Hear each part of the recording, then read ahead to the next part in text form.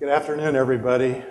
Thank you for your time and your attention and your efforts on behalf of the University of Akron to create successful experiences and value-added experiences for our students who will graduate and become valued alumni.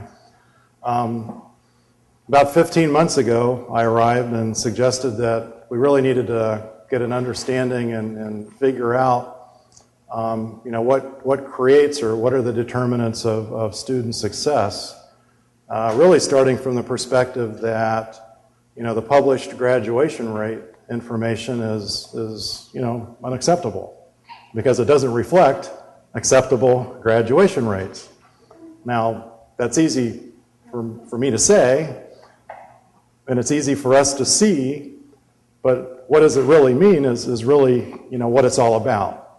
And because of a consistency across the last 15 months in asking that question, and because of the excellent and outstanding work a number of individuals have undertaken over the last 15 months, at a stage where I think we can have a very informed dialogue, a very informed discussion, especially with your input, your insight, and your advice about how to further improve the success of the students that choose to come to the University of Akron, and actually to create a more distinctive location in the post-secondary area for the University of Akron to serve more students better.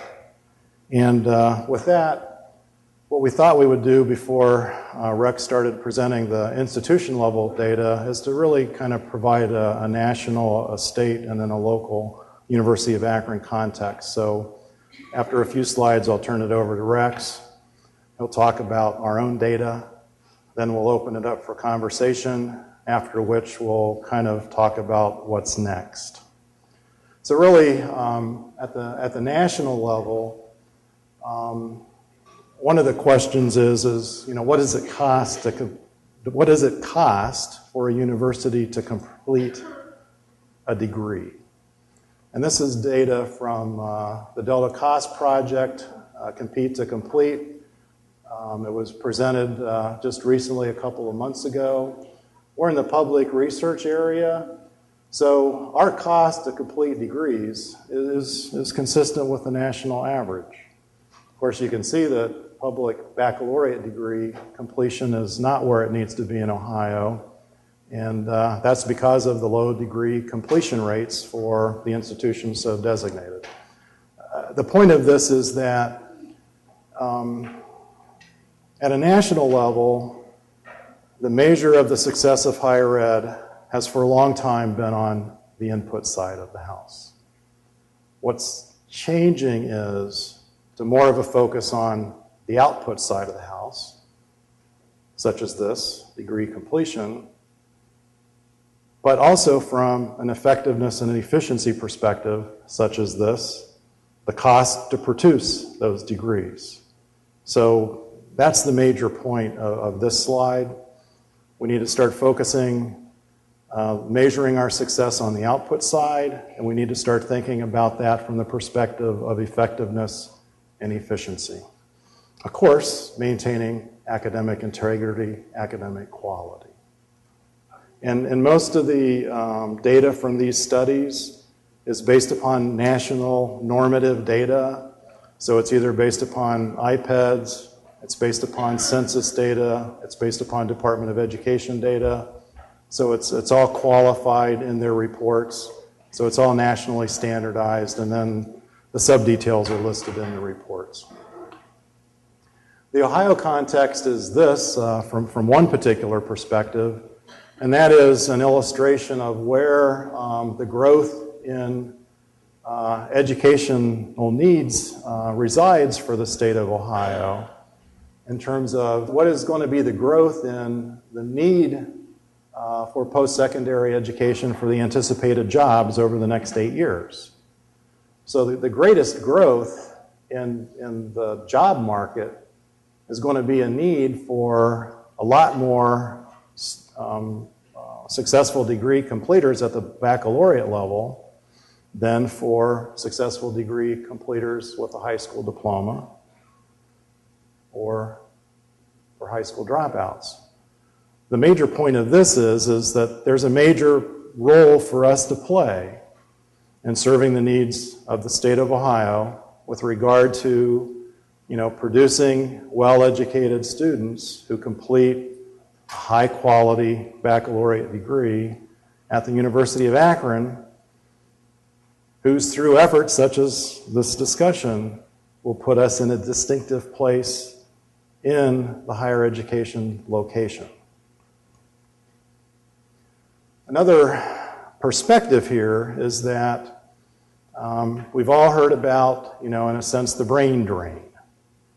And this represents states in the Midwest who either gain population or lose population as a function of the percentage of the students, the state residents, staying in the state to secure their baccalaureate degree. So all of these states have fairly high percentages of the population staying in state to get their baccalaureate degree, but clearly there's high differentiation in that related to how many individuals come into the state to be employed versus how many individuals leave the state having received that degree to be employed elsewhere. The major point of this is that the University of Akron, through the president's efforts, from the perspective of innovation, job creation, linking job creation to new businesses, innovations that produce the need for additional employment, is what will link our success with regards to student success to reversing the fact that we're a net exporter of a brain trust. So to some extent, the output part of our strategy isn't solved, but it's already in the viewfinder because we know it's new job creation, particularly from new business, new startups, commercialization and licensing, that is what will create the jobs that will employ the students we graduate, provided we graduate them and provided we educate them in the right areas of knowledge for being employed by those new businesses.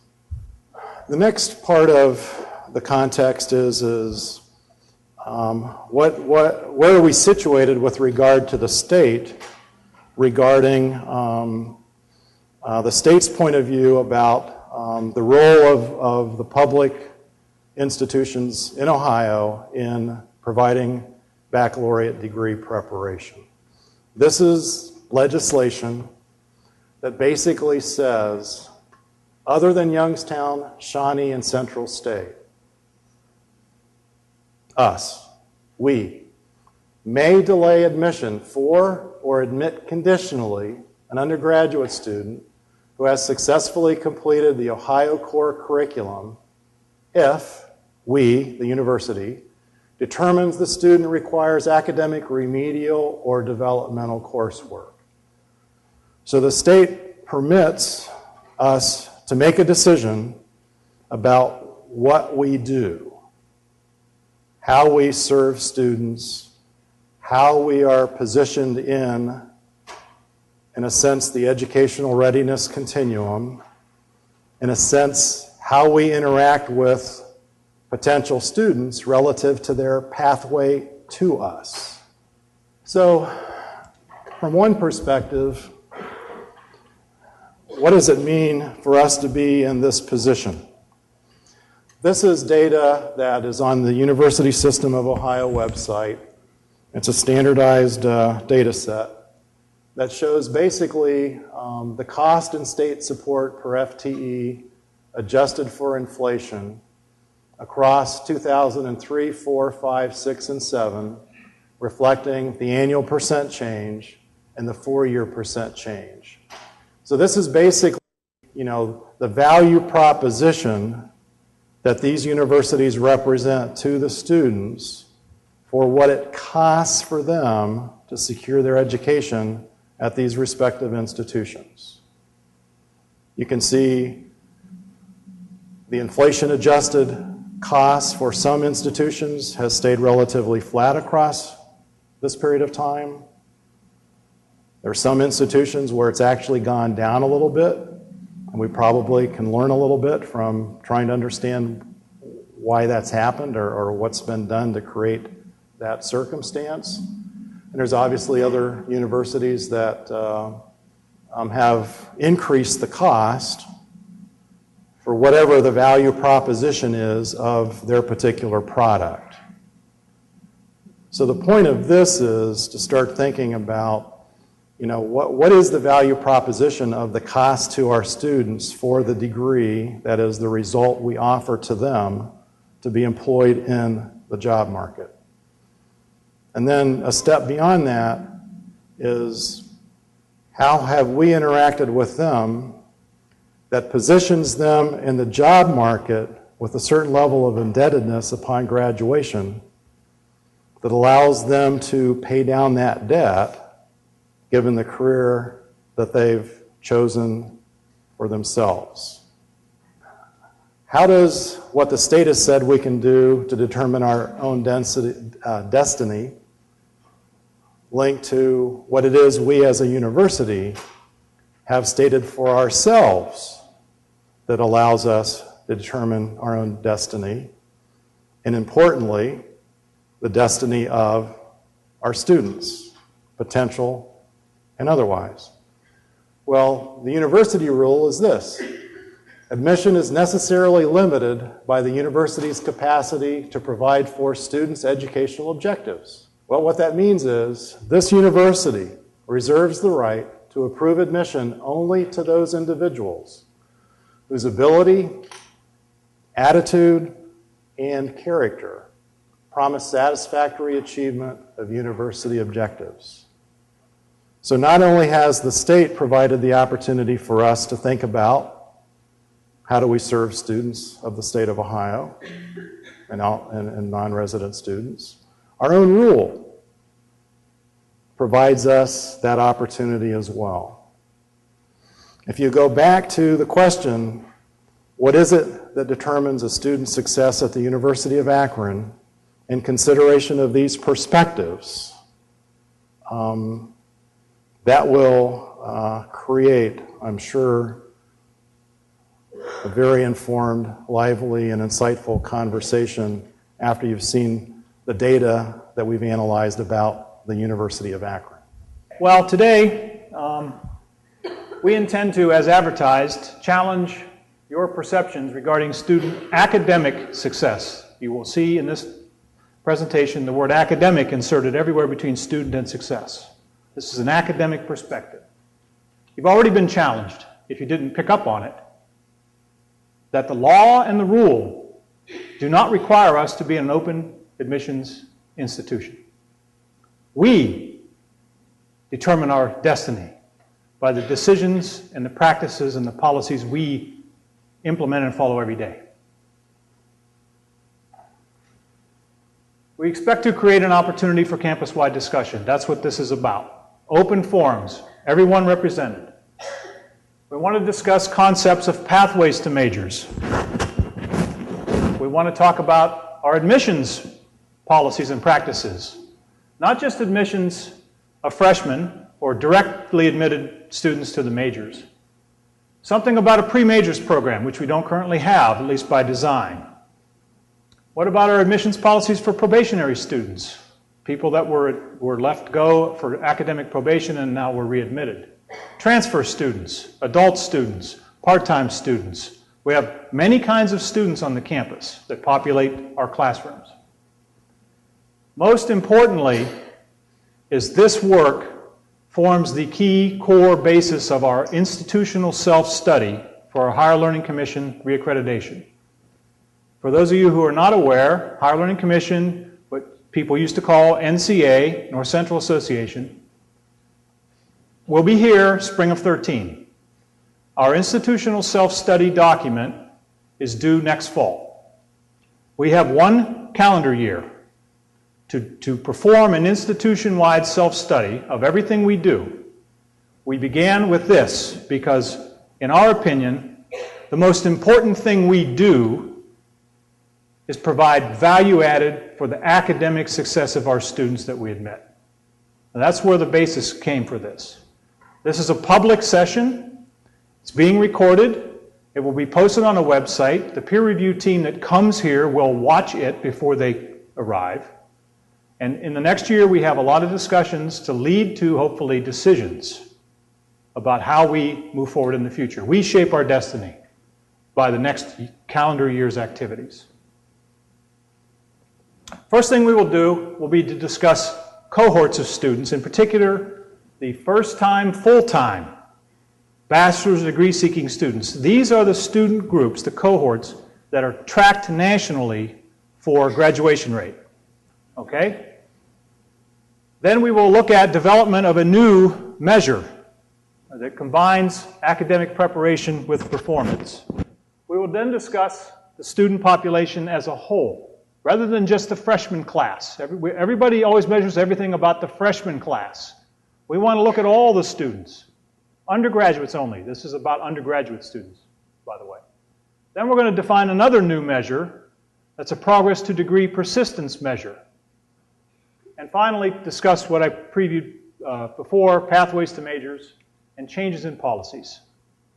Now, for those of you who don't know me, I'm a scientist, and so I'm going to apologize in advance for a little bit of data-rich discussion. But as a professor, I'm going to try to explain the complicated data in such a way that everybody leaves here with a take-home message. Okay? If you don't remember all the data, you'll remember the message and the image.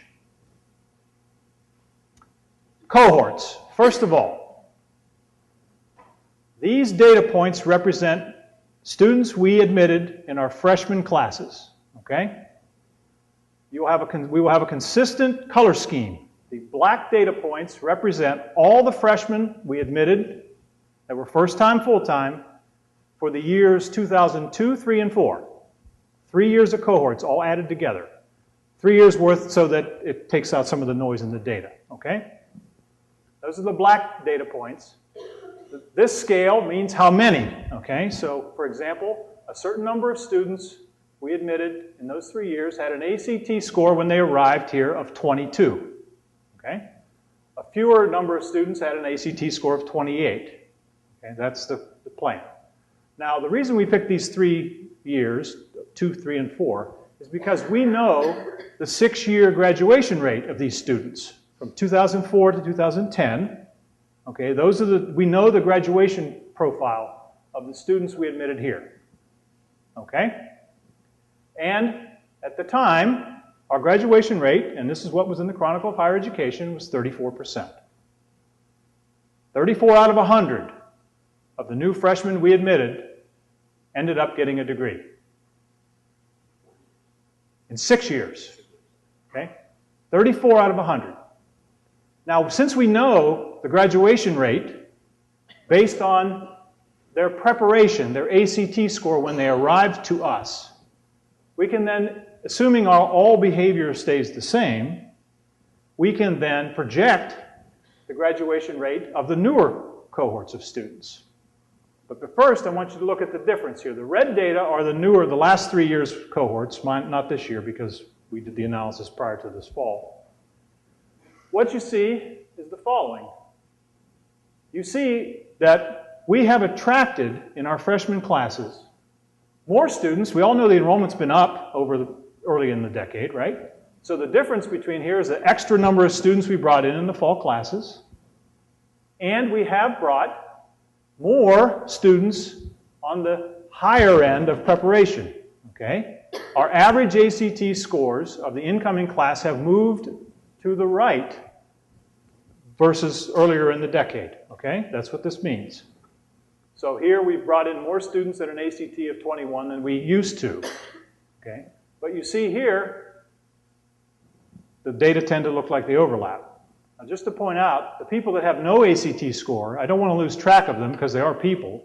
So they're here. Okay? Because we admit adults, they have no ACT score. We also admit a lot of students who are maybe somewhat fresh out of high school, but never prepared to go to college, the ACT, but we admit them anyways. So I don't know where to put them, but I'm going to track them here, okay? So, now, the same data, okay? The same black data points, ACT score, here's the graduation rate, okay? And this is a reasonably convincing line, a fit, curve fit, straight line regression. Horizontal line here, it was the average graduation rate based on those cohorts, 34%. And if you look at where these two lines, this line and this line crosses, you'll find, if you drop down, 19.8 is the average ACT score. That's the dividing line between students who graduate with less than our own average chance versus greater than, okay, to the right of the blue line. Now this is all based on our data, 34%, okay? The first quartile, i.e. the first 25% of students by ACT score were here, the top and then the middle two. And as we mentioned, and we saw in the previous data, the newer cohorts, the first quartile has moved up, right? Because we brought in on average more better prepared students, so everything shifted to the right a little bit. So you can see this line is at 18 rather than 17, etc. Everything moved up a little bit, so our graduation rates should be going up with time. Another thing to note here, I drew a little hash line here at 60. First of all, are we happy with 34% graduation rate? How about 38? Is that acceptable? 38 out of 100? Maybe 60 is what we should shoot for. Okay? 60, 6 out of 10. 60 out of 100, at least a majority. Okay?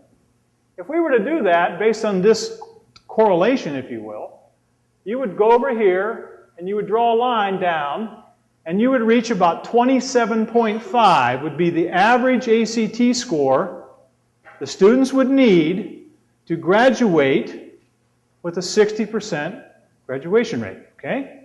It's real simple. It just so happens that the Ohio State University has an average ACT score of 27.5. Right here. Now, it has nothing to do with the fact that Provost Sherman came here from OSU. The data are the data, okay? Think about it. The flagship is here for the average. We're here. Okay? So, ACT score can be argued as a measure of academic preparation. Yes, it has its flaws. Okay, high school GPA is a measure of academic preparation before students come to college. It has its flaws as well. We're going to use the ACT score for now, and those of us who are technical can debate the details later.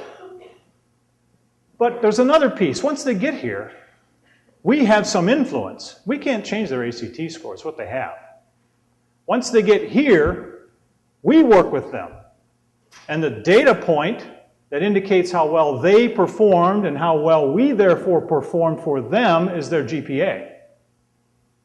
Does everybody buy that? It's the measure we use for their performance is the GPA. Let's combine these to be more inclusive. Same students, same cohorts. We know what they entered in with an ACT score. We know the distribution, the black data points. Let's look at how they did after they were here a year.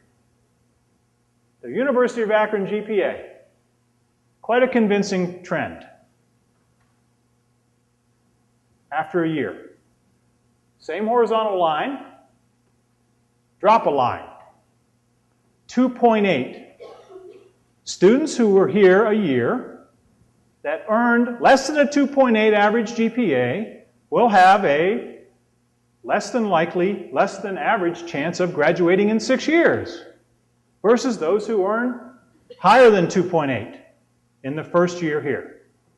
Okay? Let's combine them. Let's take the ACT score of each student when they entered, multiply it by the GPA they earned here, okay? If you do that for the average, where the blue line, the blue vertical lines were, the number is 55.4, then I'm going to take that, I'm going to rescale it. I'm going to make something up, literally. I'm going to make it up. I'm going to say, I'm going to have a new measure. It's going to be on a scale of 0 to 10.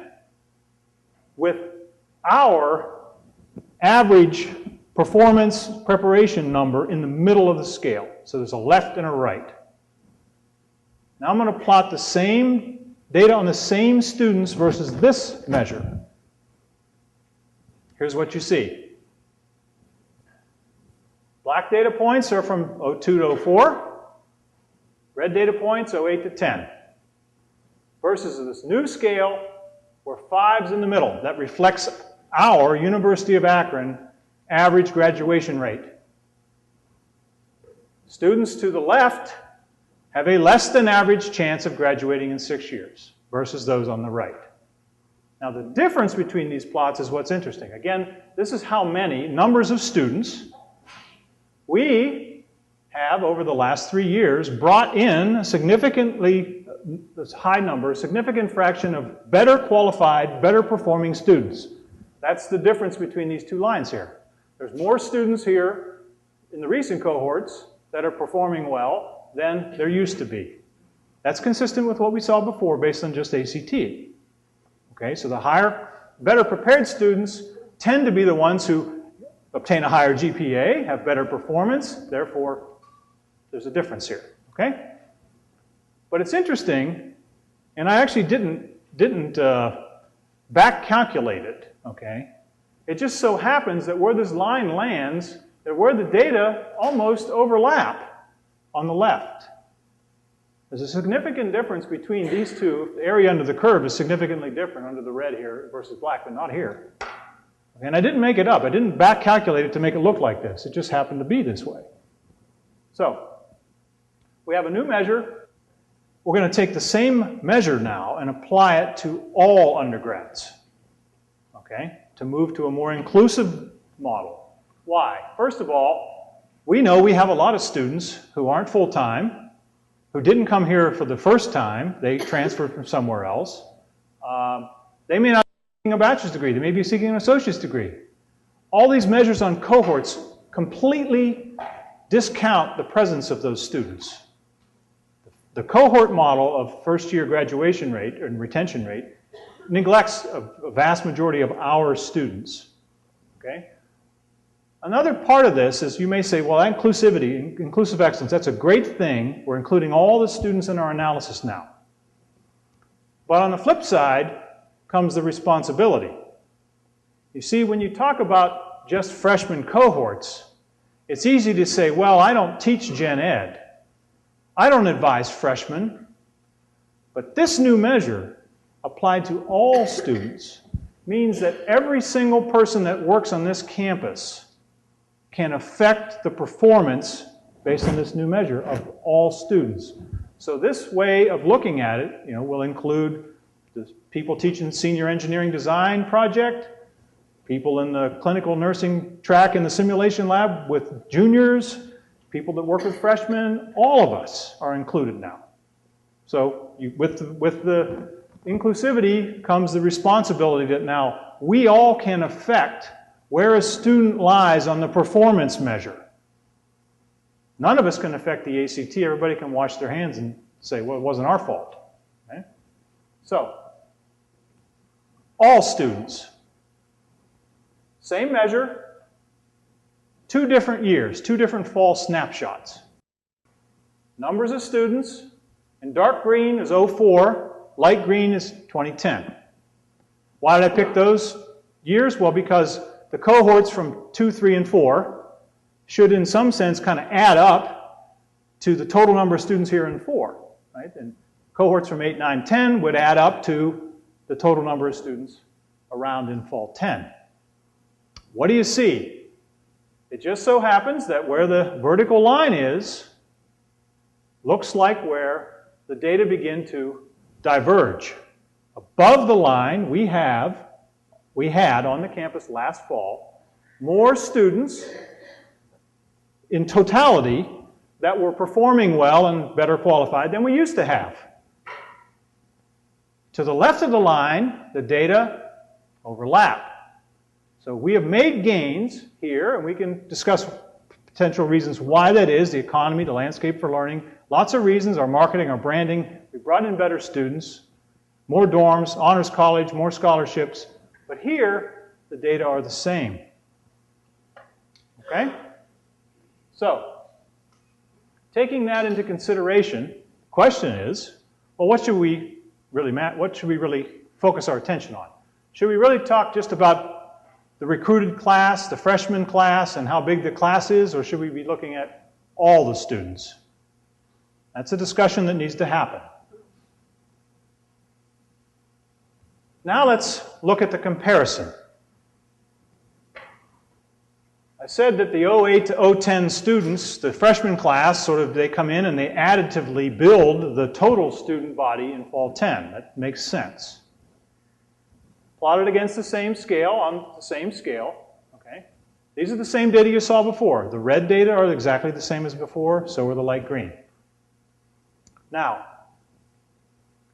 the way these data appear, and this is really a visual interpretation, the visual picture that you'll take with you, easily lends itself to being split into 3 regions. We already have this defined, right? This is the region in which students have a better than average chance of graduating in 6 years. You see here that the data overlap. There's something different about the students in this area versus here and here. We're going to call this Region 1, Region 2, and Region 3. The word region is used on purpose. Okay? For example, if you really want to wear sandals and shorts every day of the year, and you live in Northeast Ohio, you're probably in the wrong region. Probably need to move to southern United States. Okay? Doesn't make one region better or worse than the other, it's just the region is different. Okay? So it's not a value judgment, it's a way to think about the student population. Now, for those of you who know me, you'll know that I'm a gardener. I'm not much for flowers, to be honest with you. I like vegetables. But I'm going to use an analogy here that hopefully you'll remember. If you look at this for a minute, you realize that we brought in this many freshmen, but in the snapshot in 010, there's a lot more students here than here.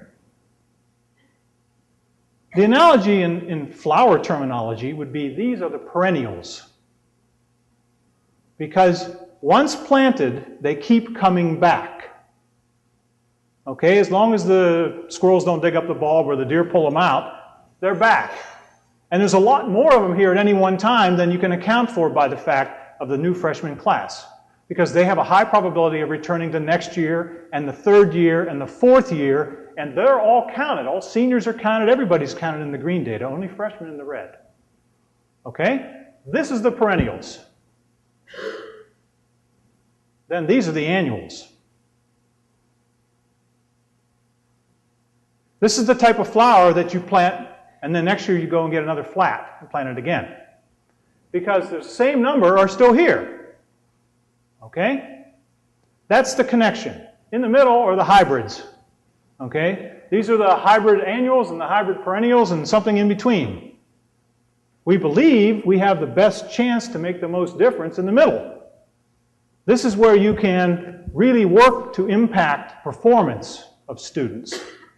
Okay? So Region 1, 2, and 3. Now we're going to put some numbers to it, which I've suppressed up until now. Some of you have noticed. This is the actual numbers of students, okay? And the totality in each region. Region 3 is about 15,000 students last year. Okay, 15,000. Region 2, about 7,000 and 3,000. Okay? Now again, remember that people that didn't have an ACT score, I don't want to lose track of them, so I'm keeping them here. Okay? Some of them will perform well out eventually and graduate. So it's not that but I don't want to lose track of them, okay? So what we have is about, say, 3,000 minus 800 are really in region 1, 7,000 and 15,000. Now the thing to remember about these data points, you know, I'm a scientist. I used to go in the lab and turn some knobs and some data would come out and I'd make a plot and I'd write a paper. The difference between that kind of work and this work is that these data points represent people. These are our students that live in our communities, that go to our Walmart and our Mass, and these are people we know. There are a couple hundred of students just in that data point there. These are people. We have an obligation to take this seriously and have a serious conversation about our students as people, community members. We think we need to discuss pathways to majors for Region 1 students. We think we could easily describe Region 3 students as our majors.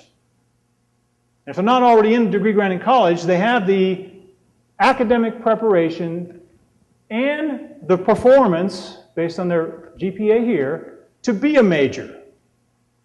And in this region, we believe we need to discuss something about a pre-majors viewpoint. Okay? So now, a couple challenges. No more data graphs for a minute to give you all a break. Okay? We know what these regions represent, but there's a lot of detail behind it. Okay? It's just based on GPA and ACT. You might ask, for example, we know we readmit students off of academic probation. I wonder which region they're in. So last fall, we took a snapshot of all the students that were here, and we said, okay, of all the students that were here last fall, how many had ever been readmitted off of probation? Okay? Which region do you think they're in? One, two, three, all. Only 44% are in Region 1. So this isn't as simple as, well, Region 1 is a problem, so we just won't readmit anybody on probation anymore. It isn't that simple. What about our underrepresented population? Where are they at? Everywhere. What about the students who took remedial courses? Remedial, as we saw in the law, remedial. Where are they all at? That's easy, right? There's more up here than there were down here. It isn't about remedial courses. Nothing is simple, because we're dealing with people. Okay? What about our adult population? That's got to be easy to guess, right? How many are starting to get the gist of it? There's more adults up here, okay? It wouldn't be something you would imagine, okay? Normal research institutions don't have a big adult population or remedial or readmits. We do, okay? And many of them do well.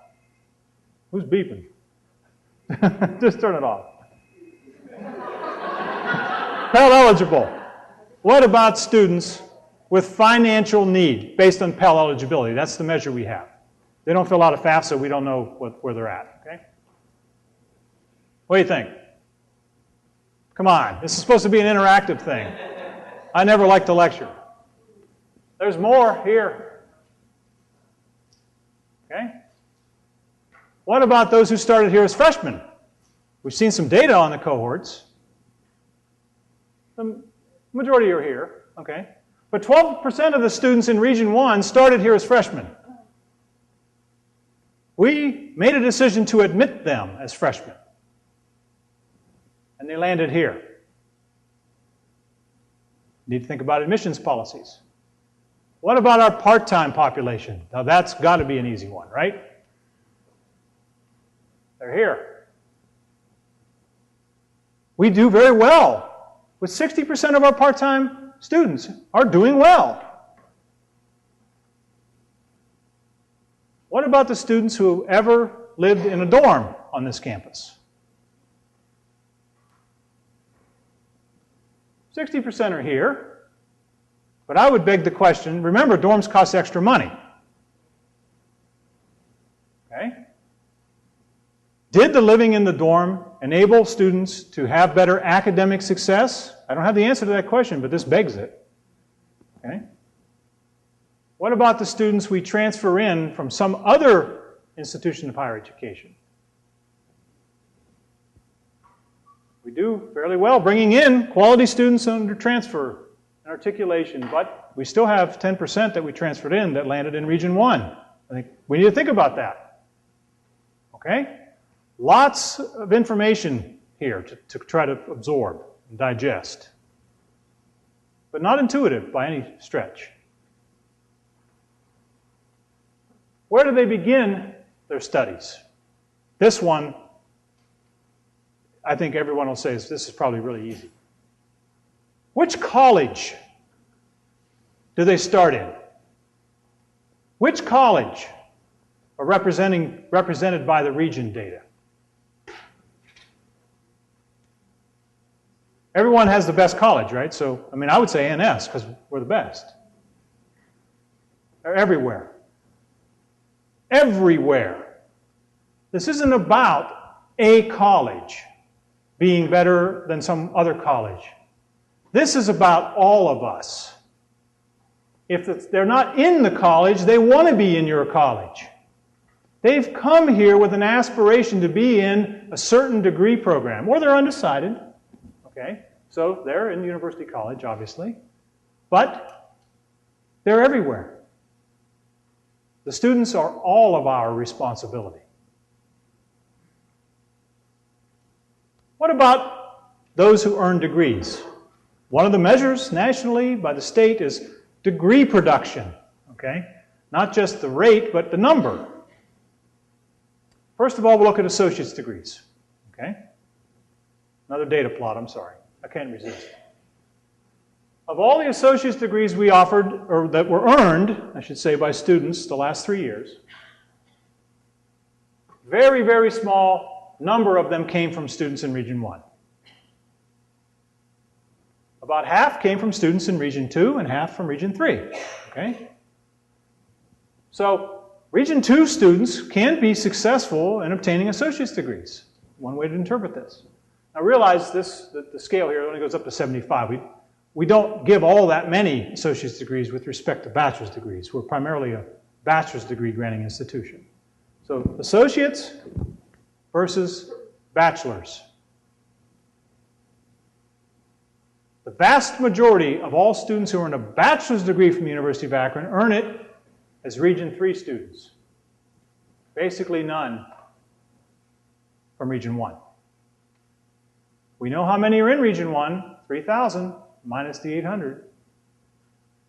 We can show they have almost no chance of obtaining a degree based on our past performance.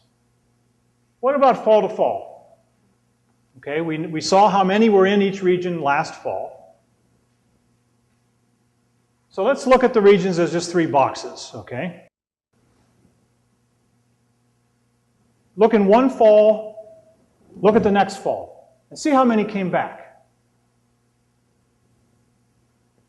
53% of the Region 3 students come back the next fall and they're still in Region 3. That's what this means. 48% in 2, but only 22% in Region 1. Okay? Now, the question would be obviously, okay, they're still in the box, but how did they get out? Where's the other ones? What happened? How do you get out of the box? Well, there's lots of ways to get in and out of the box. One is you graduate. That's a good thing. That's on the upside. Okay? 14% of these students didn't come back because they graduated. 7% here and less than 1% here. This is not a pathway out of the box for Region 1. With every up, it's a physics thing, right? If it's up, it comes down. 70% of the students in Region 1 just didn't come back the next year. Okay? That's a big number percentage-wise. But what's even more interesting, and something needs to be thought about, is look, 29% of Region 3s didn't come back. Now, if you remember, there's 15,000 students in Region 3. What's a third of 15,000? Like 5,000 students didn't come back. But they had the preparation to be successful. They had the performance to be successful. They just didn't come back. Unfortunately, some moved down. Some have a bad semester, the GPA tanks. They move down. But some move up. So some of the Region 1 students get into Region 2 because they performed. We worked with them, they worked hard, and they moved up by improving their GPA and therefore moving to the right. Okay? So it's a dynamic situation. When you look at just the freshman class, it's almost kind of easy. Well, you brought them in, and all you have to do is count the retention of whether they came back next year. You start to do this kind of analysis with all the students. You've got who you had last year and where they went. Did they leave? Did they slide left and right? Then you have to add in all the new ones we bring in, the freshmen, the transfers, the probationary readmits, the this, that, and the other. And pretty soon you have a really complicated, dynamic problem to try to solve. So, a couple other things, and then I'll try to let it soak in. Retention rate is the standard terminology that's used for freshmen. If you bring in 100 freshmen, and next fall 70 of them are back, you had a 70% retention rate. That's again a measure of the cohorts. Persistence is something I want to define as the percentage of all the students who were here one fall, came back the next fall, but before I calculate the percentage, I want to subtract out the ones who graduated. Because if I don't do that, then it looks like the higher our graduation rate, the lower our persistence, and that's not the measure I'm looking for. Okay, so that's the way we're going to look at this. Cohorts versus total. Our retention rates were on the rise 5 years in a row until this year. Retention rate dropped about 2%. Now remember, the freshman class is about, I didn't point this out, but about a fifth to a sixth of all students on campus at any one time are the freshmen, the new freshman class. So it's about, say, 4,500 or say 5,000 students. 5,000 students in the freshman class. So 1% change here is about 50 students. Okay? So retention rate goes up by 1%. That's about an extra 50 students came back as freshmen to the next year. Persistence rates represent all students, 25,000 undergraduates. So 1% is 250. Our persistence rates were going up until this year. Okay, 1% change is about 250 students. This represents around 750 students who didn't come back that had been coming back, okay, based on the measure. So, one other thing to consider is not just whether they come back, but if they came back, did they earn any credits toward degree? Okay? Persistence is whether they came back. It doesn't tell you whether they came back and only took one class or completely withdrew and just showed up again. Okay, it doesn't tell you anything about their performance. So if we look at progress to degree, and we're going to scale it by how many credits it takes for a student to get a bachelor's degree here in 4 years. We know we require a minimum of 128 credit hours. So if you're going to try to get a bachelor's degree in 4 years, you take 32 credit hours a year. Right? So scale to 32 credits. We're going to look at how the regions perform. Okay? Including persistence. So this is probably the most complicated looking picture you're going to see today. It's really not that hard to understand. First I want to focus on Region 1, our pathway students. Region 1 students have about a 30% persistence rate. That's this little horizontal purple line. About 30% of them come back. Remember, we had 22 in the box and 8 who had moved out. That's 30. 30% came back. We're not happy with 30%. That's not enough, right? We would like more students to return. But that's the fact, 30%. Now, if all of those students had earned 32 credits in that last year, fall to fall, including summer, so being inclusive, if they had all earned 32 credits in that calendar year, all of these data points would lie right on this line. Anything below the line means those students came back. The ones who came back did not earn enough credits to keep on track to graduate on time. And you see there's a very large gap. So even if the Region 1 students return, very, very, very few of them have earned enough credits to graduate in time of infection. That's a concern. Another thing to look at is here. The persistence rate for Region 2 is about 70, and for Region 3 is 80-something. 80 is good, we'd like 100, right? Wouldn't we like all of our highly prepared, highly motivated, performing students to come back next year? Until they graduate. We would hope that. They don't all come back. About 80% come back. But of the ones who came back, had they earned 32 credits in the last calendar year, these data points would lie on that horizontal line. And none of the data points lie on the line. Okay, these uncertainty bars are standard deviation, one standard deviation. So some of the students, not very many, earned 32 or more credits that year, including summer. This includes all the honor students. This includes everybody, PSMD students. Okay?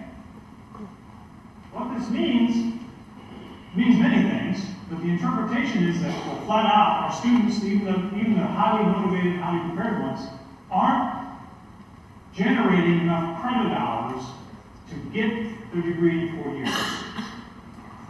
Okay, most of them. Is it because they're working? Maybe. Maybe we need to have some sort of student employment policy on campus that means they don't have to have a job outside. Okay, so they take an extra class. Maybe we need to advise them to take an extra class. Maybe we need to change the plateau from 12 to 16 to something else. There's lots of things we need to think about in these data sets. Okay? Now I'm done with the graphs except for this one more. What about our scholarships? We know scholarships are used as a recruiting tool, especially for higher qualified students. We have changed for this fall, after the provost tournament drive, how we do some of our scholarship distributions. Okay? We've modified things to try to encourage academic success, okay, as well as progress to degree. But we need to do more, is what we believe. And we've changed some of our entrance requirements for scholarships for new students. So I'll show you the data and then explain it to you. What you see here in the open circles are the data you saw before. The black is the 2002, 2004 cohorts. The red is the recent cohorts versus ACT scores. So you saw that data plot before, except I made them hollow circles. Now on top of that, I've overlaid how many scholarship dollars we paid out by ACT score. Okay? Last year. What you see, first of all, dark brown versus orange are those students that have Pell eligibilities in dark brown, and orange did not have financial need, okay, based on what they reported. So you can see, take a look at this bar.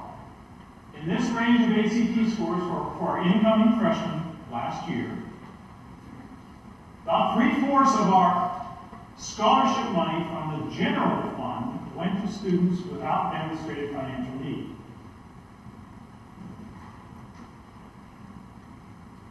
More importantly, as you see that there's parts of these these data here that, in some sense, look way above the number of students. Okay? Students here receive many more dollars per student than students here. That's what it represents. Okay? Now, we could imagine thinking about taking some of this money and putting it over here. What we did do for this fall, okay, in the intervening time, before the term arrived, we made a proposal to the Board of Trustees to, for the first time, begin offering scholarship money to students with an ACT of 21. We haven't been doing that. Kent has been doing that. But we haven't. And we know that's where our biggest growth in students has been in the middle. Okay? So the board approved new money, budget line or line item in the budget, for student scholarships at the ACT range of 21. Okay, to try to capture the hybrid side or the Region 3 side of Region 2 and just into Region 3. Okay?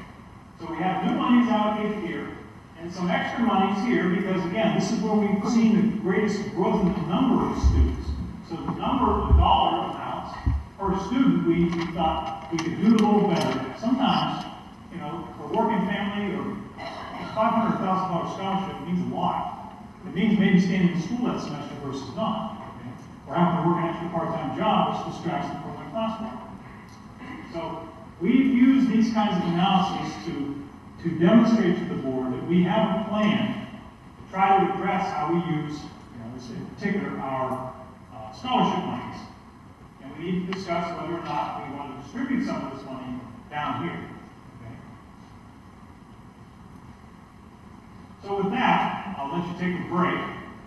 And we're going to discuss the University of Akron's potential for change.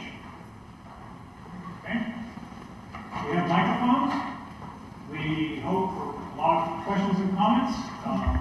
Again, this is an open forum, and we'll try to answer everything you ask. So basically, this is where we would appreciate hearing your questions, comments, observations, suggestions, issues that you think this analysis raises for us. The one thing I do want to mention that Rex Hill, the note on the scholarships portion, is that the board also approved this year to endorse a success scholarship. And that is for individuals who weren't eligible for scholarships when they started at the University of Akron. If after a year, having taken a full load for that year and earned a 3.0 GPA, they would become eligible for scholarships. So demonstrate success at the University of Akron, get recognized for that success. So the board was very well inclined towards an adjustment to our scholarship distribution in that regard. So comments, questions, observations, this is your opportunity. We're going to go with the microphones, so as we hand out the microphones, that's your chance to comment, observe. Hi, I'm Val Callanan, Sociology. And Rex, I have a question about your retention rate or the number of students in Region 3 that are leaving. I believe, I didn't write down the percentage, but it looked like 29% were not returning from fall semester. Is there any tracking that's done? Because there was a large standard deviation there, it looks like, very large standard deviations in Region 3 compared to Region 1 or 2. And so I was wondering if there's any tracking to figure out what it is that's going on besides perhaps work or other issues. Is there some systematic way that the university is engaging in following up with students in Region 3 that aren't coming back? Actually, just this week, we've sent out a list of all the students in Region 2 and 3 to the deans. That we are asking them a list of names with email addresses that these students need to be contacted. Someone needs from the department, someone needs to talk to their students, the students who've declared a major or in the major, to find out what's going on. Okay, we've been using a new thing called MapWorks. So we've taken the students who have self-reported that they're having a problem, and we've put an asterisk flag next to their names in the list of names the deans will be receiving. The plan is to make assignments. We're all responsible. Every department is responsible. And to enable academic advisors from the central advising office to be there as support. So we have to do something. We recognize that. If you look, Regions 2 and 3 together, the students who didn't return, 6,700 students. That's as many as we brought in through new student orientation all summer. All that work went in just to replace the students who left without even any intervention to find out why. I would say any. We have a lot of people working very hard, and I recognize that, to try to help student after student after student.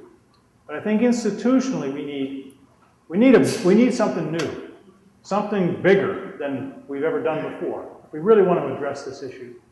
So based upon the data appeals, having realized this was going on last spring, I asked Bill Krause what were we doing to find out why students weren't returning. Pleasantly found out that we send out surveys, probably need to do more than that. But for the students who said we could contact them following their response, we did. The primary reasons they're not returning are personal and financial. Of those individuals who said we could contact them, who had financial implications, we were able to work with them in consideration of those issues. And I think, Bill, correct me if I'm wrong, we recaptured maybe 70 or 80 of those students out of 250 or so who said we could contact them. So if we do take some extra steps, we can be successful in consideration of their progress to actually have them return. So we need to do more, and we need to do a better job of that, and we will. John Peck, Geology. So thank you both for presenting all this information. It's important to hear. It's a complex problem, and the solution is very complex. And thinking back about a decade when I first came to Akron, there was a fellow here, Tom Angelo, I think was his name, and he would present different complex solutions to the problem. And one thing he had advocated, and I don't know why he did, but he had lots of data, and it seemed like a good idea to me. And it was if a student misses 4 classes unexcused, that there'd be this automatic drop policy. And again, I don't know why he came up with that as one piece of the puzzle, but as we look for the solution, it might be something worth digging out. It's a great observation, and basically what came up yesterday was, can we make the data sets available for our own self-trans-institutional evaluation and investigation of the data to reveal further insights? And the answer to that is yes. We're all in this together to try to analyze this and understand it and do better by our students for the University of Akron. So analyze away. Let's see what we can do. And one way to think about this, we have the opportunity to have a standardized attendance policy on this campus. We do not have one. We could make one. If we felt that this was something important. I mean, I've always felt that if students don't come to my class, they're not going to be successful. They know that because I tell them. Okay? But if we did a standardized practice, then we would have an ability to control and flag and red flag students who are not meeting our expectations. So that's an institutional change that we have to talk about campus-wide. I'm Dave Witt from Family and Consumer Sciences. I'm going back to the financial reasons that those students who said you could contact them, said that financial was part of it. And it's hard for me to keep the numbers straight, but you said about 250 you might be able to reclaim out of the group that you call. That 250 said we could contact them. And about 80 of those, and that's some small fraction of the ones who didn't actually return. And so what just translates into a lot more students who had financial reasons for probably not coming back. And so I think about that. I know when I talk to my students in class about tuition increases and all the various kinds of problems they had making ends meet.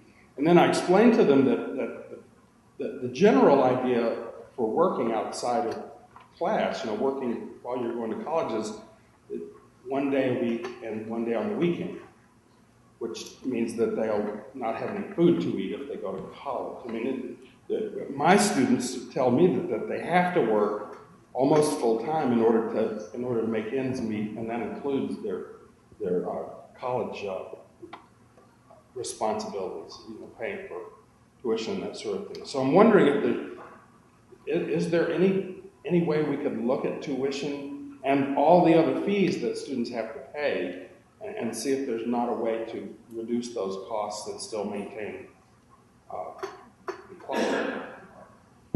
Yeah, that's why we're analyzing the data to come up with what are the questions we need to ask to further support student success. Clearly, the data suggests we need to look at our decision tree for distributing financial aid. Clearly, we need to think about what is the basis under which we decide to give aid on the basis of need and give aid on the basis of merit. And we also need to look at the value proposition of the cost per credit hour earned, which gets to an effectiveness or efficiency measure. Having done that for Region 1, 2, and 3, we feel pretty confident that the cost per credit hour for Region 2 and 3 students is pretty good, based upon the very, very, very, very low graduation rate of Region 1 students. It's not very good. So that's why the pathway consideration for Region 1 students, we certainly can become distinctive if we get the best handle on this question with regard to scholarship distribution. We have said, and the board has requested that before we submit for the fiscal year 13 budget, we undertake a complete analysis of how we spend our money. And I think that'll be another conversation for a forum like this. And I think that'll have implications to your question about questions of tuition. We also need to influence the state with regard to state support, given the fact that compared to other states, we're so low in state support for post-secondary education as well. Hello, sir. I'm John Klein from Bierce Library and part-time faculty member. And when I came in, you were mentioning how we have a stewardship of our own future in terms of this, what has been a traditional open-door policy versus something that may be quite different. And I'm wondering in your deliberations if you went back to the original document that formed the University of Akron from a municipal university to a state school. And the reason why I'm asking that is in this document here, it has, I think, a very interesting point that perhaps we should think of and consider, because it says, for example, one of the things that we do in forming and becoming a state school from a municipal school is to fulfill the educational and cultural needs of the Akron area and the higher education plan's duties and responsibilities of the state of Ohio. So in our formation, it is very important, and was in this document, that again we meet the cultural needs of our area. Not necessarily the state of Ohio, but in the Akron area. So I'm wondering, based on your analysis of what you're seeing here in your groups 1, 2, and 3, if you had also factored in then a region of Akron area students as opposed to all students. And I'd be curious how that would break out demographically and what that says for regions 1, 2, or 3. Yeah, that's a great question, and certainly thank you for linking this analysis back to our heritage, which is then further informed by state law and our own policies. We haven't made any statements with regard to the answer to your question, but we have begun to start to peel the data on the basis of Summit County school districts. We will do that again on the basis of the 5 contiguous counties. And I think that analysis will help us decide in what ways we can best connect our knowledge and wisdom and support to earlier in the educational continuum of college readiness. And I think the analysis, and we probably know this intuitively already, is that we need to be better engaged in a productive way with the schools, supporting them, because their success as well as our success, And clearly, we need to start thinking from an aspiration and access perspective, which means probably significant involvement in the schools as early as grade 4 with regard to aspiration and understanding access to higher education. And then the other point is it probably would be beneficial if we found ways to engage, other organizations in the community, to assist us as well in the Aspiration to Access initiative. So thank you for linking it back to our heritage. Great point. What is the pathway for Region 1, or have we developed one yet? That's a good question. Basically, the pathway is probably not starting with us, but saying your pathway to us is conditioned upon certain things. And that needs to be figured out. So one might imagine that a pathway is starting at a community or technical college, at a regional campus, as is stipulated in a sense by another law that was in the last budget cycle. And that is not excluding students from us, but including them in their pathway to us, having demonstrated their ability to be successful here. What that means, we don't know, but it could mean that in collaboration with our community and technical colleges, our regional campus, an associate degree would be a criterion and maybe a 2.8 GPA. I don't know. We've got to figure that out. That's a great question. But those are some possibilities. Deb Keller, Computer Information Systems. And just anecdotally, in my major anyway, I think one thing that might help explain some of the dropouts we're seeing is GPA in their major. That GPA in the first year doesn't necessarily correspond to GPA, especially in the STEM fields. And if that's true, if there's a correlation there, maybe what we can do is recapture those into another major that's more appropriate for them. Yeah, great question and great observation, and I'm sure that's, if it hasn't been, it's up Rex's sleeve. That's a great question. We'll do that analysis.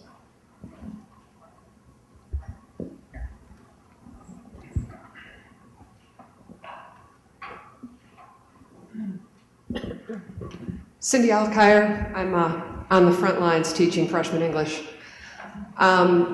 I'm curious because in your breakdowns there was no mention of the kids that are designated as Summit Generals. I'm wondering if they're included in your data or not, or I assume most of them would be Region 1, and whether we have any data on whether or not the designated Summit classes make any difference in their performance. Well, to your first question, all students are included. Okay. All undergraduates, no matter their status, part-time, full-time, adult, anything, doesn't matter. We have, in my opinion, constructed artificial barriers by these definitions of direct, provisional, standard, Summit, general, adult. Our rules reflect all of that. And I think we need to rethink the way we think about students. That's why we presented it this way. So it doesn't look at any one population, doesn't look at any one college, it looks at performance. Okay?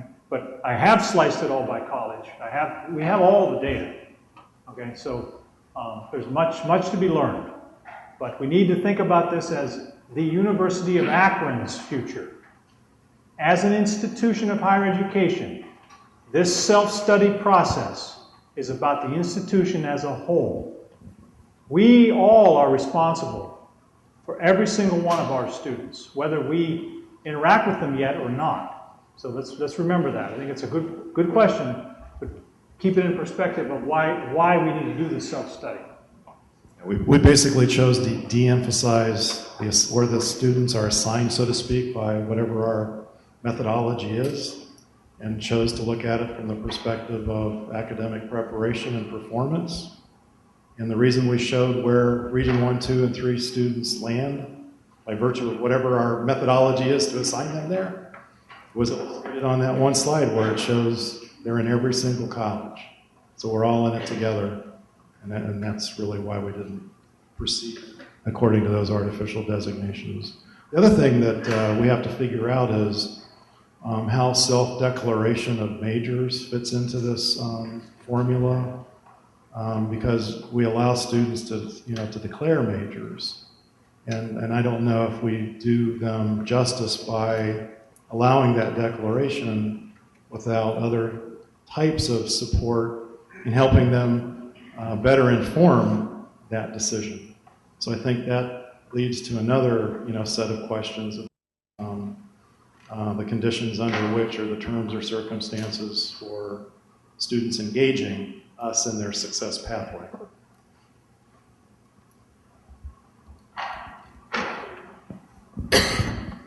Hi, Stancy Sykes from Summit College.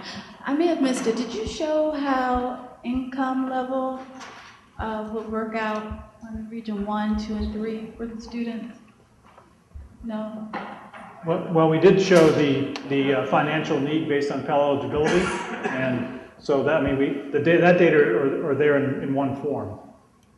But that's only how we distributed our money on the basis of that. That doesn't get to the depth of your question, right? Which is really a very important question.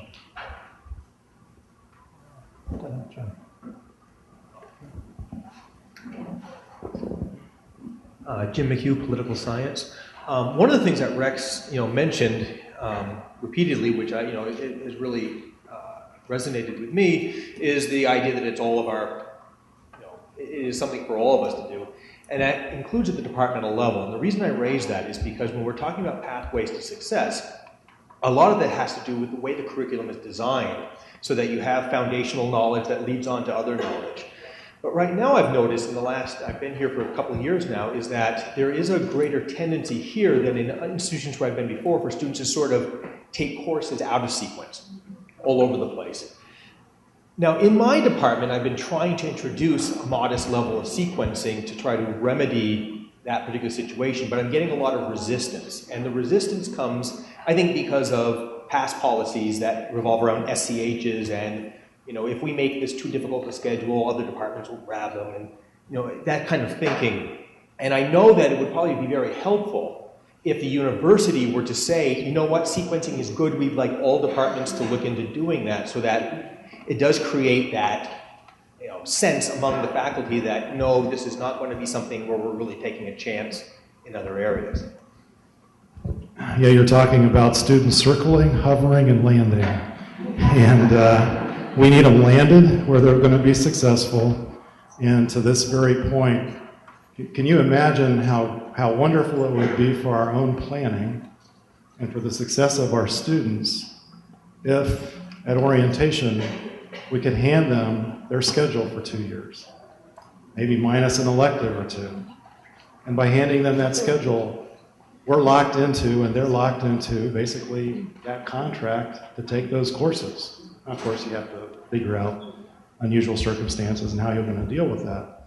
But if we could do that, can you imagine then how much time we could spend otherwise involving our conversations with them to other issues of their success?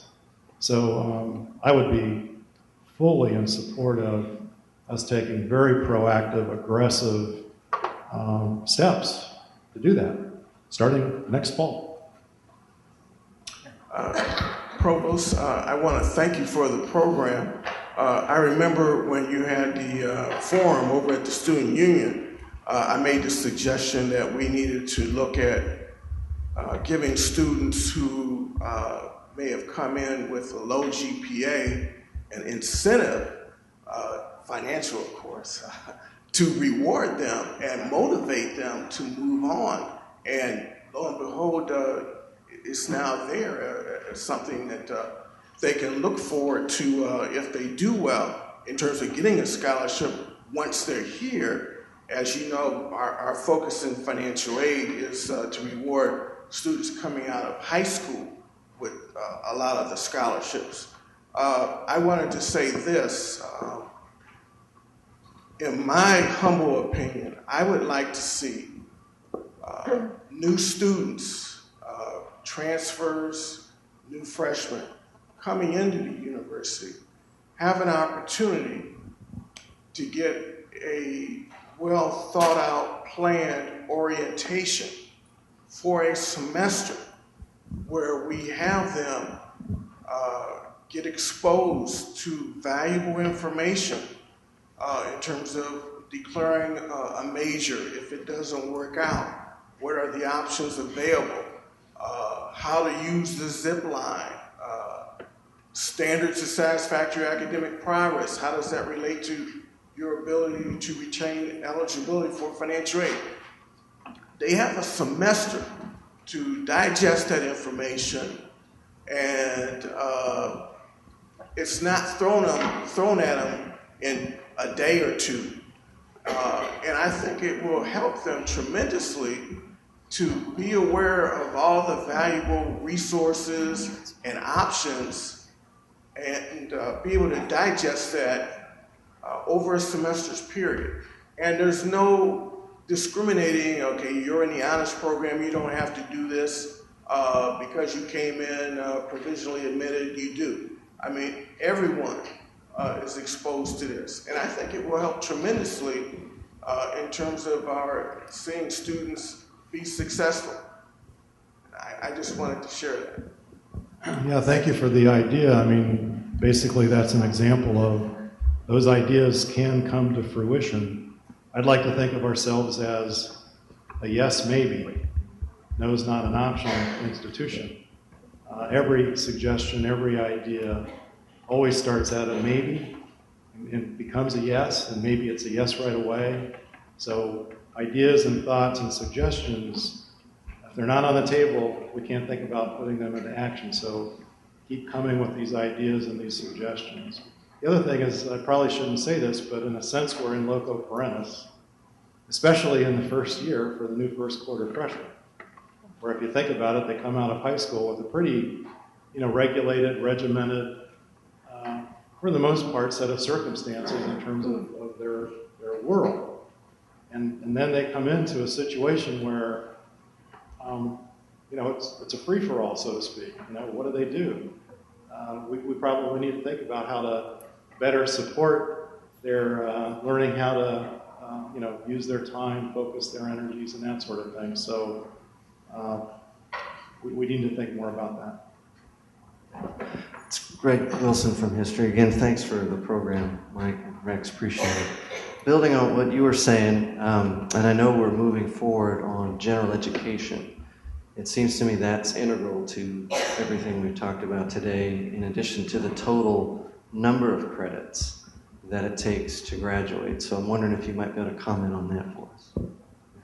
Yeah, this came up yesterday too.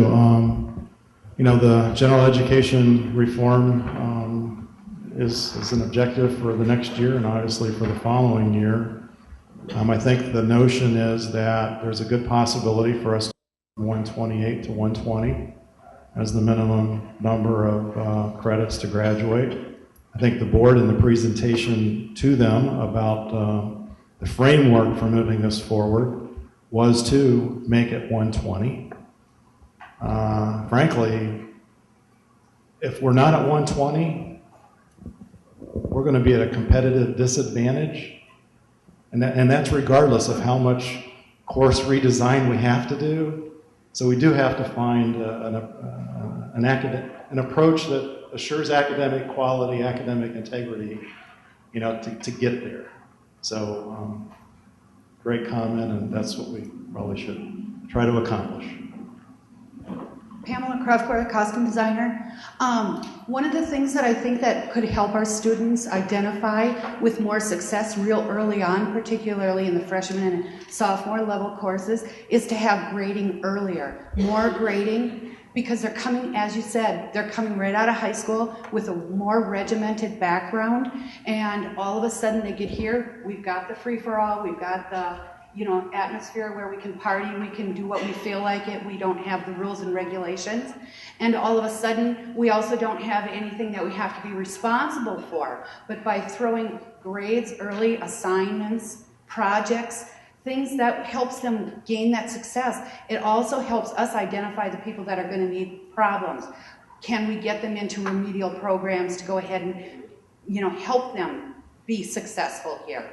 It shows us right away where our problems are and helping students going ahead and progressing into the higher levels. Sometimes even in your upper classes, and getting to the point where you're actually graduating. It's really scary. I remember being in grad school thinking, whoa, I'm going to get 2 grades for this semester, or maybe just 1. You know, I hope I do well. So just identifying those things for the students early on can help them. Also, it helps them focus their attention on where they need to spend their time.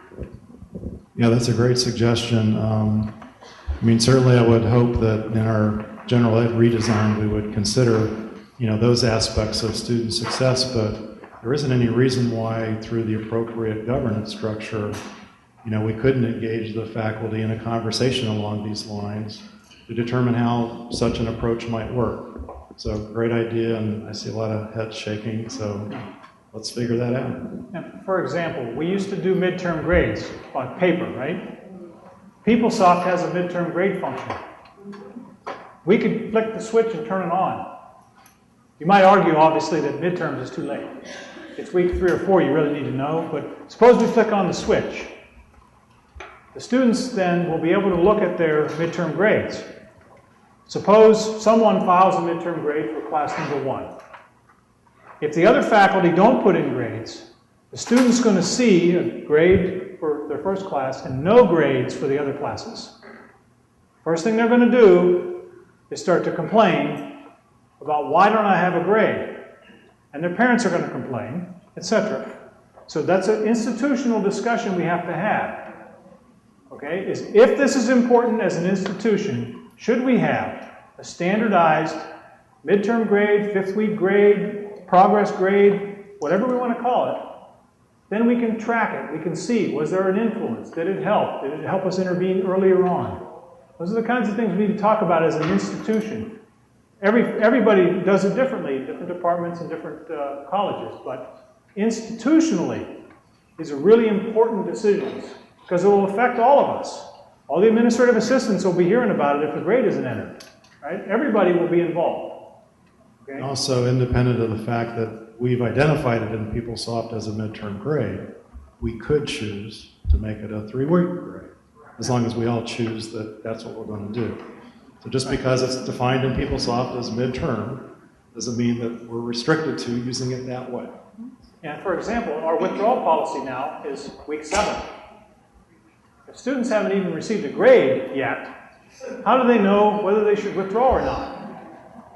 For example, okay? I hope that's not the case. Irina Chernikov, Mathematics, Summit College. I also would like to give my 2 cents towards general education courses. I feel that success of students very much depend on how they go through mathematics and English before they actually begin learn their own program. So my perception is, if every program would look in not only how many hours they require for general education courses, but what type of courses they require. And you will see that, for example, we create 2 different mathematics passes, very much STEM-oriented and surveying mathematics courses. And some majors really do not have to put students in such a very algebra-oriented courses, which students will be stuck there and repeat them again. But maybe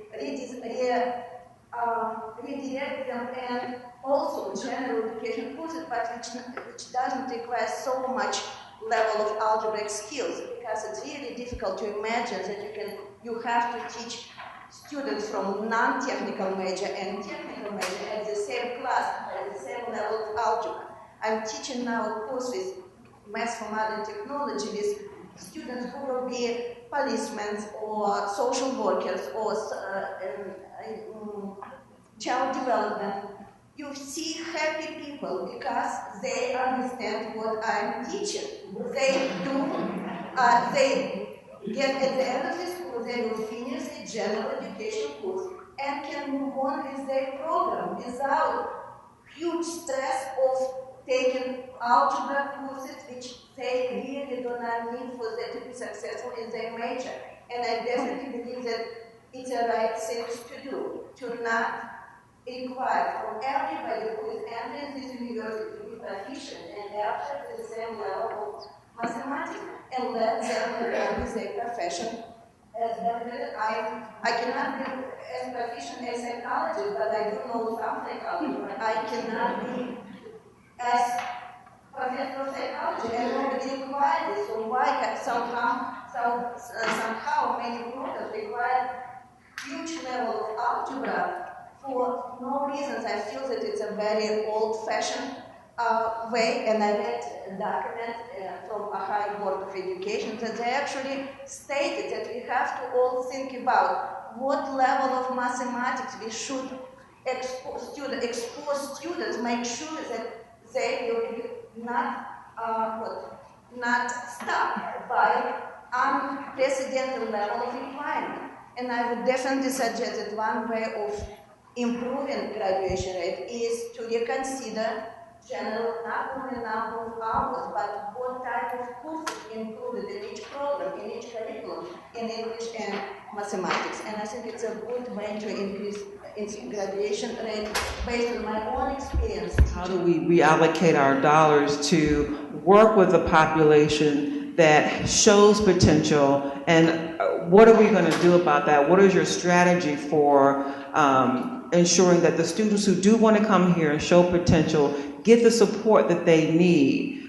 Because I don't think we should be an institution that is open access with the right to fail, and that's the difference between we are open, we want to serve the community, and we have done everything possible to ensure your success. I'm not sure if we have all the data to show that we've done everything possible to ensure student success. So when I looked at your chart, I'm thinking, what intervention measures were used with these regions of students, and what were the results? And do we have that? Have we carefully examined that for ourselves to see, have we done everything we can do? And if we haven't, are we willing to step up our game in showing support to our students and better serving our community?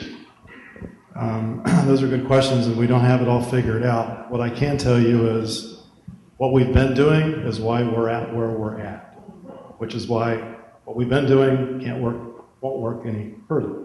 So that means we need to understand what will work, which is what you're questioning. What we can tell you is that if students come in with AP courses and get credit, they graduate at a rate 81%. 81%. If they have an AP course and they don't get credit, they graduate at a rate of 66%. If they have to take one remedial course, just one remedial course, and they pass it, they 1, 2, or 3, and they pass 1, 2, or 3, their graduation rate is 33%. And if they fail any remedial course, the graduation rate is 10 or 12%. So we have analyzed the data at that level. What we haven't done is that. But I would propose, if it's what we've been doing, it hasn't worked. Because we're at where we're at on the basis of what we've been doing, which is why we need to change, which is why we feel quite confident that we need to think of Region 1, not as good or bad. That's not a value judgment. We're not making a value judgment. We're talking about how do we create opportunities to be successful, which is, I think, the point of your question. And we're all in this together to figure that out. So if I could real quick, go to the next section, and then we'll open it up for additional questions and comments, so hold those. I got it. Okay. So basically some of the things that we need to talk about are some of the points that have been made. What are pathways to majors, explore partnerships to full deferred enrollment, dual admission, or enrollment with Stark, Lorraine, others, delineate the roles of Summit and university colleges. Basically, this past year we put one dean over Summit and university colleges. We did that because we thought it made sense from a beginning to understand, in a sense, the questions that are being asked now. How do we redesign how we advise students to be successful? The board, obviously, when we said we were going to do that, asked, well, what does that mean? Well, we said we don't know, but we got to figure that out, and we did tell the board that by June of 2012, if not sooner, We will tell you what that means. This discussion will illuminate what that means between now and no later than June 2012. We need to define expectations in our utilization of extended campuses, Wayne College, Medina, and Lakewood. And we need to think about the role of online and bridge programs to bridge students to pathways to success. Obviously, the questions that were raised earlier, do we admit students directly to majors? Do we have a pre-major program? Do we put standards of progress or criteria of performance on readmission of probationary students? Do we require, or do we only admit transfer students who are in good standing or require an ACT? Obviously, for adults, we haven't analyzed that. It requires a totally different model and way of thinking. We need to be doing that. We'll start that.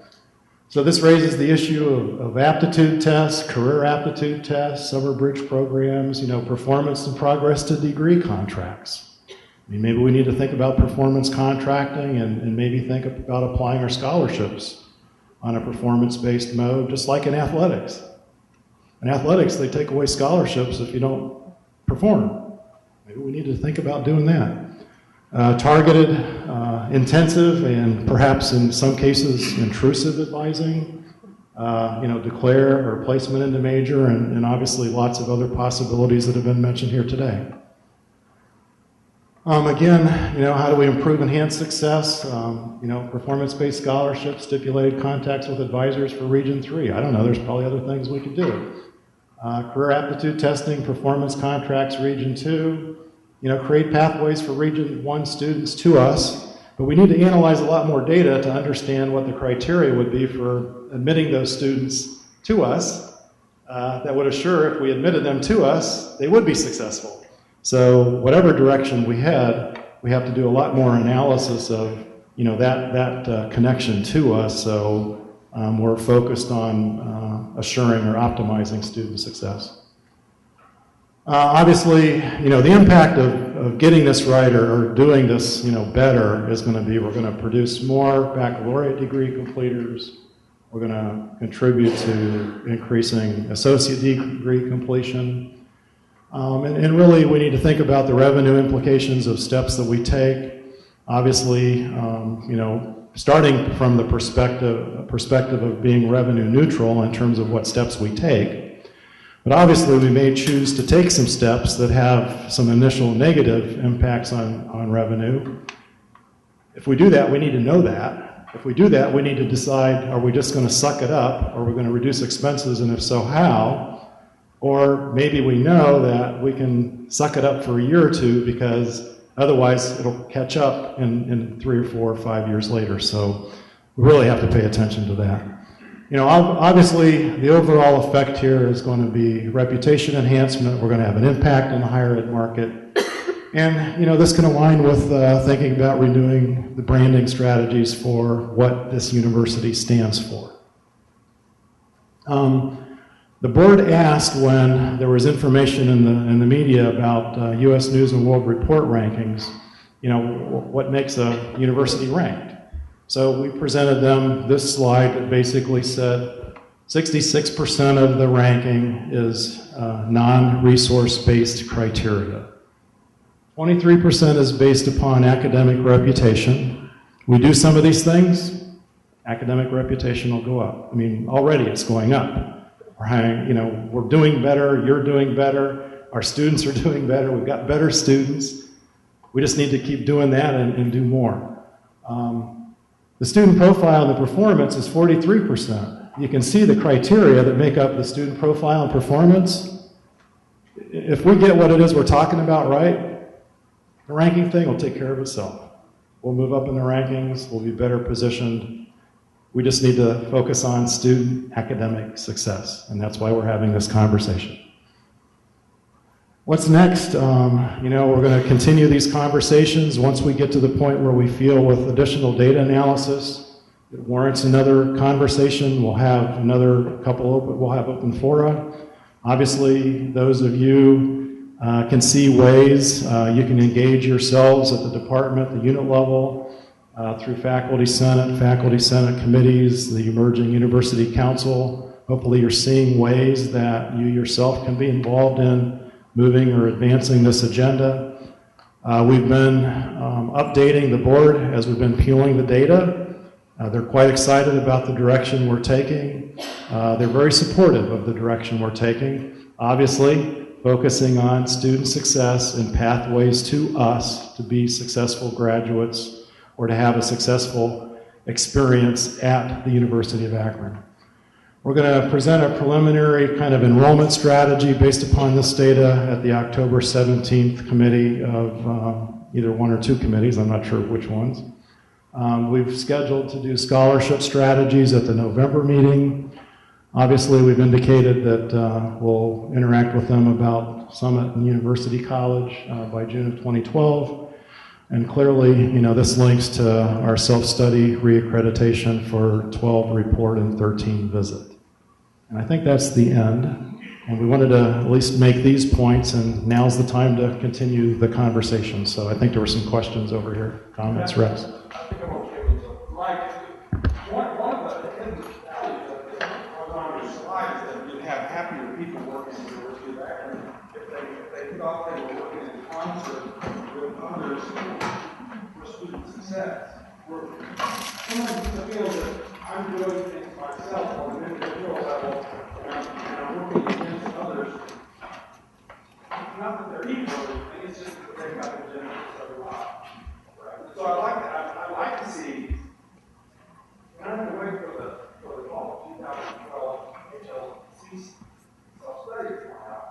As you all find out strategies that might have a chance of working, I'd like to see some mechanism to disseminate that information widely across campus. One of the dangers that I've known since I've been here, maybe we were little children when I first came, was that some people know things, and then that's as far as it goes. They know it, and so it's true to them, but nobody else knows it. Right? And so having the campus-wide discussion is a good idea, but a set of recommendations start rolling along that we can actually take and use that day, and not something to think about. Sure, that's a good point, and we definitely need to figure that. There's going to be there's a survey out, so your comments, suggestions, recommendations should come through that. We do promise we'll compile that. We'll figure out a methodology to get that back out to the institution in ways that'll work. But I would encourage you to not wait on that. Work amongst yourselves, work with your colleagues to figure out, how as a collective, at least at the unit level, department level, academic program level, academic support level, you can take some steps as a unit to do that. The more we have these kind of conversations, also the more unified, in a sense, as a family, University of Akron family, will do better if we do that. I might add that the practices that we have locally, within departments or within colleges, you can begin changing them tomorrow. That's what we're suggesting with these lists we're sending out. We want people to come up with some new ways of engaging with their students now, right now, so they'll be here next spring, okay? Or it will affect our revenue that we had projected. Recognize, please, that the Higher Learning Commission self-study is now. We're doing it now. This is the self-reflective part of the self-study. We've now identified what some of us believe are issues and things that need resolved. We have to come up with a plan to resolve those issues by next fall. Because next fall we have to write the report and send it in. So this is the self-study. The report is simply the result of that activity. So we need everybody engaged now over the next year. Those of us who have to do all the writing in the end, well, that's just part of the process, but the real work's now. Do we want a standardized attendance policy? Do we want a standardized midterm policy? Do we want to change our entrance requirements for admissions? Those university level policies, Academic Policies Committee of Faculty and Senate, which I was elected chair, are primed. We need recommendations because we can begin to take actions and bring them to the Senate floor for discussion and implementation. Modify the rule on undergraduate admissions. Okay, that we can do that. We can do it now. Okay, if we get on the ball. And maybe we shouldn't leave it to intuition or I don't know, influence or whatever. Yesterday it was asked, if I'm working in the office and I'm used to seeing a student come in and all of a sudden they're not coming in, can I pick up the phone and call them? Absolutely.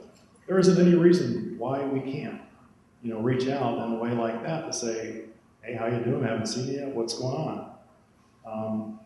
So yes, we can do anything, frankly, that you think is of benefit for the student to help them be successful.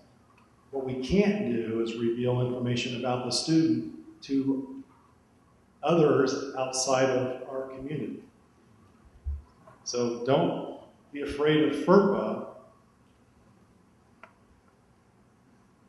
Use the fact that you're involved in the success of our students as an opportunity to influence their success. My name is Julia Phillips. I'm one of the psychologists at the Counseling Center, and so I really appreciate the follow-up with the individual students and the emphasis on them as human beings, because I certainly see those personal problems every day that make it difficult for students to stay in school and to do well. And I would really encourage follow-up on what are those personal problems that are keeping students out of school or making it harder for them to come back, and are there some real concrete ways that we could implement things on campus that would support them staying here. So daycare would be something that I see. Another thing would be a psychiatrist on campus. I know you come from Ohio State and you're aware of the number of psychiatrists that they have on their campus. We don't have a psychiatrist on this campus at this point. We have 4 hours of a psychiatry resident at Portage Path right now, which is a great partnership that we've started. It would be really useful to the students to have the services of a psychiatrist. But all sorts of other things, legal assistance, in terms of a legal clinic through the law school where people could get advice on breaking a lease, for example, because their roommates are making them crazy. It's all sorts of things that I think we could give to them, or we could offer to them, that really would make a difference in them being able to stay here and have a good frame of mind and good mental health, practically speaking. So thank you. Those are some good maybe suggestions, and I hear maybe a yes here or there, so great.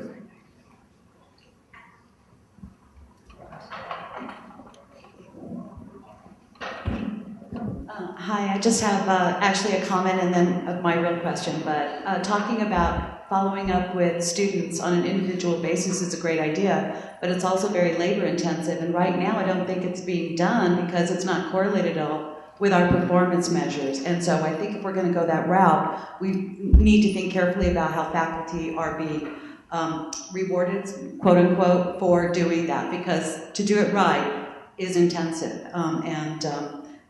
Other than that, we're just paying lip service to it. So it's just a comment, something to think about if we're going to move down that road.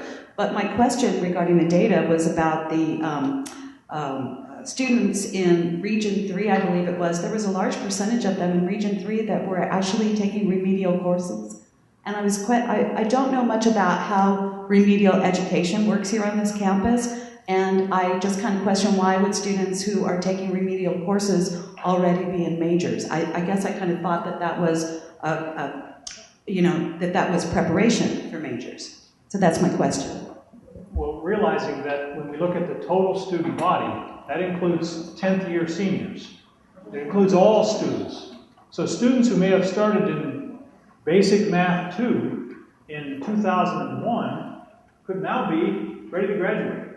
Okay, so they're included. See, that's the beauty of it. It includes them all. If they had ever taken a remedial course, where were they distributed? So it demonstrates that it's not just, well, the easy fix is don't take any students that need remedial training, for example. So now to your point on the reward system, if you don't know, I am the person who will be the reviewer of all the merit documents for the faculty.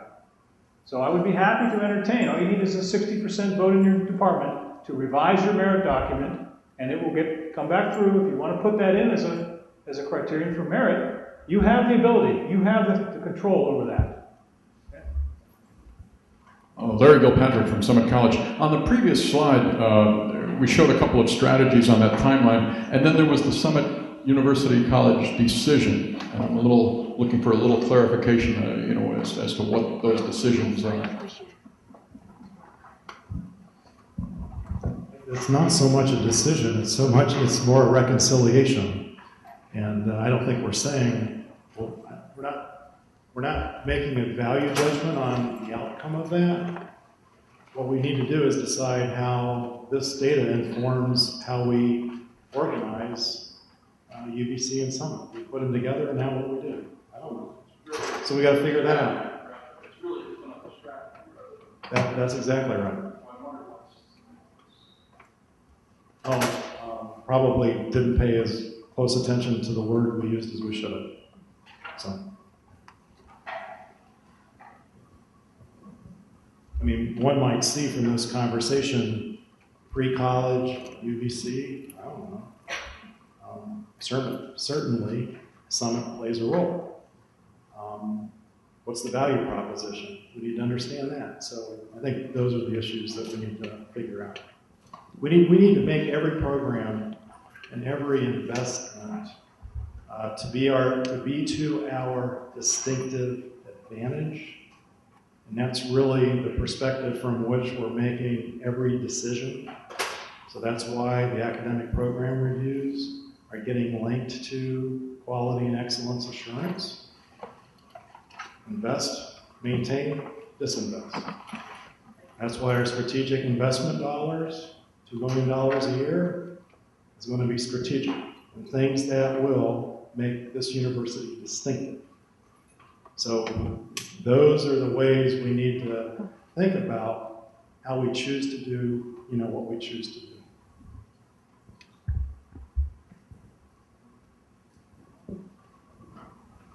I was wondering, since we have this inclusive discussion going on, why is it that we have not included our students if we're looking at regions 2 and 3?